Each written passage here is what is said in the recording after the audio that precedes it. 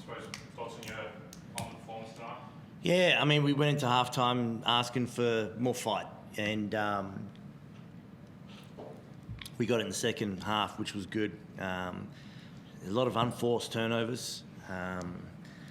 The momentum swing, especially in that second quarter, and again, like I asked for a response, and the guys got it. And this is where I can't fault them. Like, we got guys like fighting at the moment and really battling through some adversity. And you know, like tonight was a game, right, where you sit there and go, okay, as a secondary ball handler, this is where we kind of missed Rain to help, right? Or the Illawarra game is like, you know, we missed Wardenberg, and so when we have the first quarter that we did, where we had some good execution, some real sloppy turnovers, and then we had the second half that we did, you can see the pieces are there.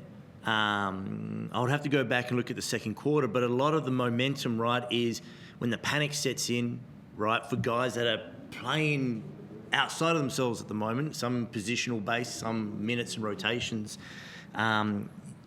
there's a level of panic where it can be the wrong defensive coverage or the execution on the offensive end. And so that's where, again, like we just need one or two more guys to help with that. We've got 4 guys that play in the high end of 30 minutes. You know, at some point, right, they need a breather. Whether, you know, we're getting fatigued on the defensive end, okay, that's when you make a sub. Or they need one on the offensive end to get a look, that's where we need a sub. And we're right there, which is good, but obviously it doesn't help us get the win tonight. So you alluded to the turnovers. When you see the margin ends up being 11 points, and there's, as you mentioned, probably too many unforced turnovers, does it make you think, you know, you're right there and it's just a couple of things that need to be cleaned up before you're even closer in this game or potentially winning it? We brought it back to 13, and Angus Glover, and it was a good defense possession. Angus Glover hits a deep 3, right? Which takes it back out to 16, and there's a little bit of back and forth, and we get it to 14 points, and then there's virtually 4 turnovers in a row. It's Jack with the jump ball, Marcus fumbles it out of court, turnover, Marcus illegal screen, and even wind it back 3 minutes before that, you know, we fouled Geordie Hunter at the 3-point line. So these are all errors where you sit here and go, if you tidy up at least half of those, it's a single-digit game. So we get it back to 14, and there's 4 straight possessions of turnovers, which are just like, again, like, now again, I want to protect Marcus in a sense of going, you know, both these thumbs are taped, right? So he's got one with history of injury, and then the other one he dislocated. So, I mean, you try and do your job without opposable thumbs, right? So I'm sitting here being critical of him dropping the ball, or, you know, there was one where he should have, you know, dunked it on Sobey, but he went for the layup and he missed it. You know, he's playing hurt right now. And so, you know, but it's still a turnover. It's an easy one for 2. We just need one more dude to come in and help, or ideally 4. But, you know, that's the guys are going to be, I can't fault their desire. They're giving me everything they got. They gave a response. Yep, turnovers suck, especially unforced ones, but, you know, it could have easily swung the other way and we lose by 30, 40, 50 again. But they showed a lot of fight. You mentioned, obviously, Rain being out and the lack of that secondary ball handling. Obviously, you're alluding to the fact that, obviously, Drew is having to take on a much bigger role as the primary ball handler. What can you talk to what he's been able to do in that role, where he's, you know, having to be really ball dominant and control the ball for a lot of the time he's out in court, and how he's been managing that? Yeah, we got to get him help, right? So, you know, he's making some real good plays for us that we need to finish.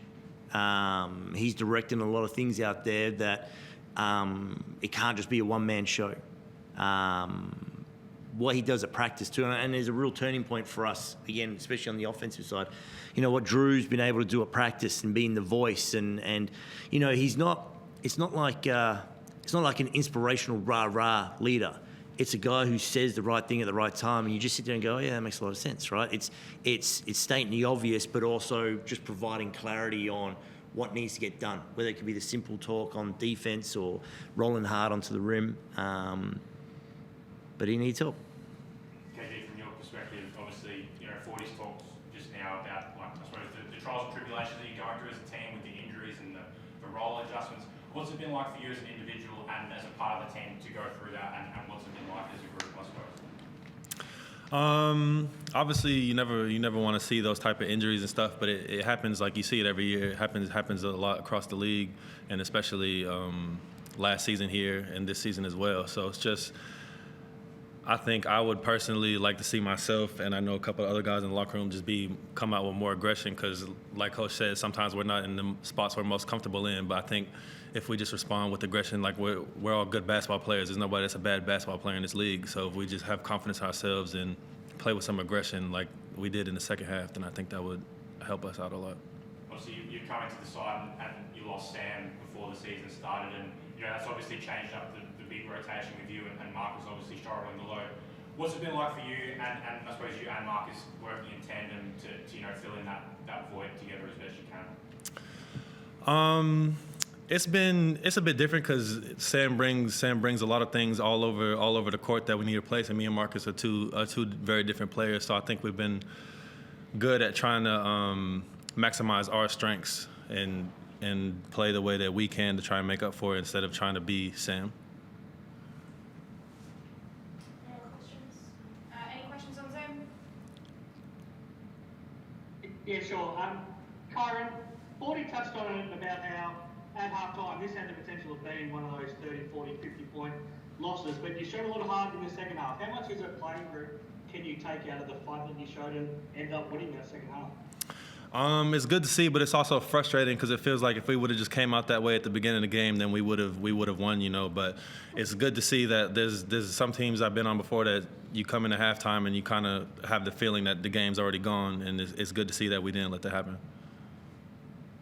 Forde, looking ahead to Sunday, the schedule is potentially going to hurt you again, where it's a big trip to get to Adelaide on a Sunday afternoon game. But I'm sure you're not looking for excuses. What are your thoughts on that clash? Yeah, I mean, we sit here and we talk about, the extra help that we need, and we're not going to get that definitely in the next week or two. And so recovery is going to be big. The boys are going to do the best they can to roll into a tough venue that has, picked up another American, and, we're going to roll in with the same 6.5 man rotation, whether I need the guys to fight. That's the message, right? We don't want to roll over. We don't want to have an excuse of why we should be defeated before the game even starts. I'll back the dudes that want to fight and compete. And again, we don't plan on missing layups. We don't plan on forcing bad turnovers. But I need you guys to commit to every possession, especially on the defensive end. And, again, the group, they feel it, they sense it, they know it. The talk is good. The film review, everything we do is good. So I don't fear that, we are going to show that spirit. But we just need to make sure we got some bodies right now that are playing through some stuff that we keep going for at least 2 more games. Just one player I want to get your thoughts on. Lockie Barker, he's waited for this opportunity in the league for a long time. He's been banging down the door, and now he's starting for you. And he's a capable scorer, and he can give you a little bit more offensively. But out of your starters, he's got your best plus-minus for this game, and I thought he's giving you a fair bit. Do you like what he's providing? Yeah, I got on him a little bit too. I felt like he showed, he turned down some things in the turnover before the quarter break, and he turned down a shot, and he can be better. Like, this is when we talk about, there's these opportunities right now that you can capitalise on now. When we come back full strength, is someone else going to pick you up? Are you going to be employed? This is your moment, right, to stay relevant, or you fall by the wayside. So, again, Lockie's been super serviceable, and I want more from him. But also, yeah, he's competing and fighting for everything. So I'll always give him the opportunity as long as he keeps doing that. Same with a few of the other guys. Thank you, guys. Thank you. And Jai, just quickly. Forde, with the obviously being down 25 in the first half, the mental challenge it must be for the team and everything at half time, to then come out and outscore 51-37, and hit 12 threes in the first half, and then you hold them to 2 to 13 in the second half. Can you just go over just like what discussions you're having with your team at halftime to come out like that in the second half? They're a good group. Like, this is not a group that's sulky and quitting on each other. And the talk is there. They see it. We just need help. Like, we've got, and again, I'll keep harping on it, but we've got 1, 2, 3, 4. We have 4 guys that play high 30 minutes. I've got another 2, 3 guys that played high teens. You know, Marcus fouled out.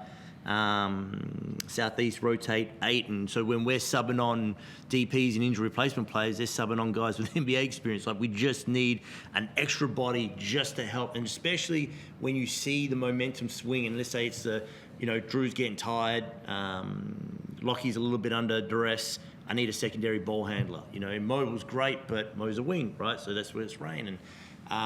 It's a good group, and this is why I feel confident that after the FIBA break, when we got everybody back, and we virtually will have everybody back December 6th, fuck it, like, let's go for a swing, right? Like, this is, would I love to have a couple more wins under our belt? Sure, but we don't have that luxury. So are we just going to talk about what could have been, or do we make a legitimate run at it? And, there's no reason why we can't come December 6th when everybody's here. Like, let's go. But we've got 2 more games till then. I just need to keep getting this fight from the group, and I have no doubt they'll rise to the occasion. Good, thanks. Kyrin, just one question for you, mate. So there was a play around halfway through the third quarter where, leading up to that, I felt like the Cairns team as a whole, because you guys were down at half time, you started to come back. There wasn't a lot of vocal energy coming from a lot of the players, and then Mahal King was getting frustrated, finally got some free throws, and he kind of let out a bit of a war cry and kind of screamed, and that kind of brought energy in the team. I don't think you were on the court at the time, but is that type of reaction from someone from what I see is a very passive aggressive guy? Do you take anything from that? I think it fired up the crowd a bit and brought the crowd into it, because, like you said, it kind of, the feeling in the building was kind of like we're in a hole at halftime. So I think that was definitely a bit of a spark just to get the crowd involved, and obviously the bench as well. Yeah, thank you. Cheers, guys. Thank you.